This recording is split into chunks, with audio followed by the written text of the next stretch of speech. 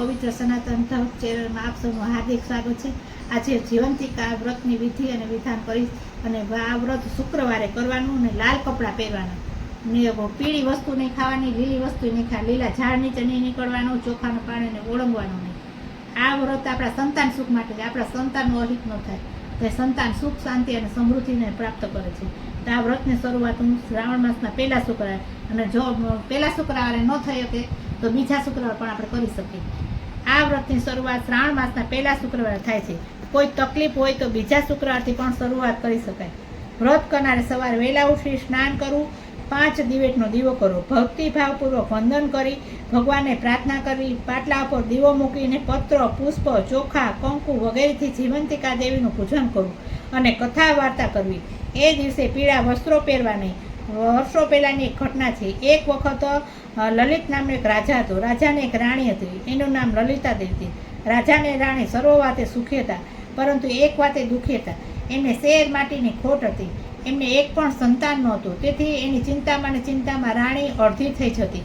એને એક દિવસની વાત છે, રાણી ઉદાસ ચિત્તે પોતાના ઓરડામાં બેઠી છે, એવામાં રાણીને એક દાસી ત્યાં આગળ આવી ચડી। આ દાસી સુયાણીનું કામ કરતી હતી।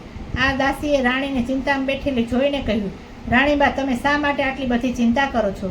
તમે તો આજ્ઞા કરો તો હમણાં ઉપાય બતાવો, બોલ શું ઉપાય છે? દાસીએ તો ધીમેથી રાણીના કાનમાં કહ્યું, જો રાણીબા, ગામમાં એક બ્રાહ્મણીને 5મો મહિનો જાય છે, તમે સગર્ભા છો એવો ઢોંગ આજથી શરૂ કરી દો, પછીનું કામ હું સંભાળી લઈશ। દાસીની વાત રાણીને ગળે ઉતરી ગઈ। એણે પોતે સગર્ભા છે એવી વાત ફેલાવા માંડી। આ વાતને 4 મહિના વીતી ગયા। ત્યાં તો બ્રાહ્મણીએ મધરાતે દાસીને તેડાવી। મધરાતે બ્રાહ્મણીએ પુત્રનો જન્મ આપ્યો। આ પુત્રને છાનીમાની લઈને દાસી રવાના થઈ ગઈ અને રાણીને ઓરડામાં પાછલી બારીએથી દાખલ થઈને બાળક રાણીને આપ્યું। રાણી તો રાજી થઈ ગયા। સમાજમાં આખા રાજમહેલમાં સમાચાર ફેલાઈ ગયા કે રાણીને તો કુંવર જન્મ આપ્યો છે, એટલે આનંદ છવાઈ ગયો। આમ રાણીનું વાંચ્યા મેળું ટળ્યું। પરંતુ પેલી બ્રાહ્મણી તો જીવંતિકા દેવીનું વ્રત કરતી હતી, એટલે દેવી તેના બાળકનું રક્ષણ કરવા માટે રાજમહેલમાં આવી પહોંચ્યા। કુંવરે જ્યાં ઊંઘતો હોય ત્યાં દેવી એના ઓશિકા પાસે બેઠા હતા।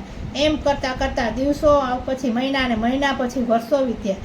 કુંવર તો મોટો થયો, એનું નામ પાડ્યું વિજયકુમાર। રાજા લલિતકુમાર એના અવસાન પામ્યા, એટલે વિજયકુમાર ગાદીએ બેઠા ને રાજા બન્યા।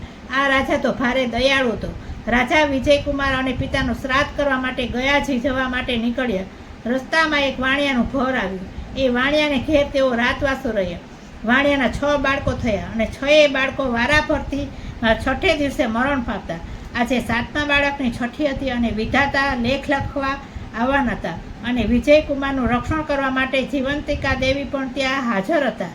મધરાત થઈ અને વાણિયાને ત્યાં વિધાતા પધાર્યા, એટલે જીવંતિકા માતાએ આડું ત્રિશૂળ ધર્યું અને કહ્યું, દેવી વિધાતા, તમે ક્યાંથી આવ્યા?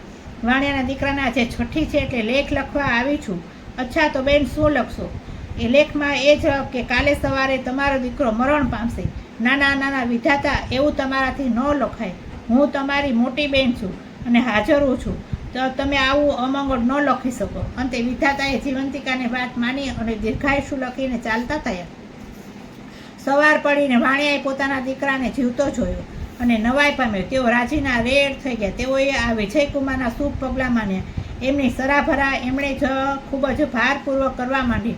અંતે વિજયકુમાર ગયા અને પરંતુ વાણિયાના વળતા પોતાને ઘેર થઈ જવાનું વચન લીધું અને વિજયકુમાર ગયાજી જવા રવાના થયા। વિજયકુમારે ગયાજી ગયા અને શ્રાદ્ધ કર્મ કર્યું। પિંડ આપવા માટે હાથ લાંબો કર્યો, પણ તેને એકને બદલે 2 હાથ દેખાયા। આમ થવાનું કારણ શું? આ થવાનું કારણ એ પંડિતોને પણ પૂછ્યું, પરંતુ પંડિતો પણ કંઈ જવાબ આપી શક્યા નહીં। આમ બીજો હાથ કોઈ દેવીનો હાથ જેવો દેખાતો હતો। વિજયકુમાર શ્રાદ્ધ ક્રિયા પતાવી ને પાછા વળ્યા અને વળતા વચન આપ્યા પ્રમાણે પેલા વાણિયાની ત્યાં રાત રોકાયા।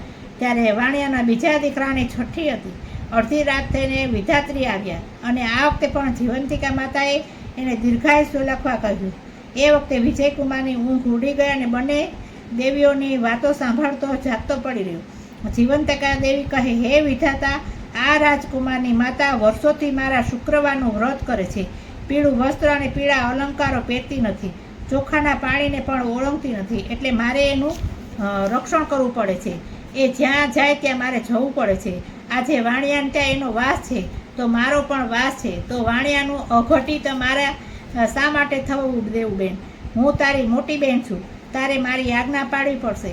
ભલે કંઈ વિધાતા એના લેખ દીર્ઘાયુષ્ય લખ્યા. વાણે સવારે ઉઠીને જોઈ તો બીજો દીકરો પણ જીવતો હતો. એને લાગ્યું આ વિજયકુમાર નક્કી કોઈ મહાન પુરુષ છે. બીજે દિવસે વિજયકુમાર વિદાય માંડ્યા અને વાણિયાએ એને આનંદથી વિદાય આપી. થોડા દિવસમાં વિજયકુમાર રાજમહેલમાં પાછો આવ્યો. આવીને એણે રાણીને પૂછ્યું, બા તમે કયું વ્રત કરો છો? બેટા હું તો એકેય વ્રત કરતી નથી. આ સાંભળીને વિજયકુમારને નવાઈ લાગી, પણ એનો આખો ભેદ ઉકેલવાનો ઉપાય મળી ગયો. શ્રાવણ મહિનો આવ્યો અને મહિનાનો પહેલો જ શુક્રવાર આવ્યો. એ દિવસે રાજા વિજયકુમારે આખા નગરમાં ઢંઢેરો પીટાવ્યો. આજે નગરની તમામ સ્ત્રીઓ પીળા વસ્ત્રો પહેરીને જમવા આવવાનું છે, કોઈએ ઘેર રહેવાનું નથી. એમાં એક દાસી સમાચાર આવ્યો કે એક બ્રાહ્મણી આવવાની ના પાડે છે.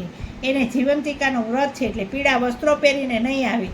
એટલે રાજા વિજયકુમાર આખી વાત સમજી ગયા. એણે બ્રાહ્મણીને માટે લાલ વસ્ત્રો મોકલ્યા. આમ વિજયકુમાર અને એની માતાને ઓળખી ગયા. ત્યારથી ગોરાણી રાજમહેલમાં રહેવા લાગ્યા અને જીવંતિકા માતાના વ્રતના પ્રભાવથી ગોરાણીએ પોતાનો ખોવાયેલ પુત્ર પાછો મળ્યો. હે માતાજી, એનું રક્ષણ કર્યું. એવી જ રીતે વ્રત કરનારના બાળકોનું રક્ષણ કરજો, એને સુખ સંપત્તિ અને મળજો, અને જેવા એમને ફળ્યા સૌને ફળ્યો. જય જીવંતિકા માં.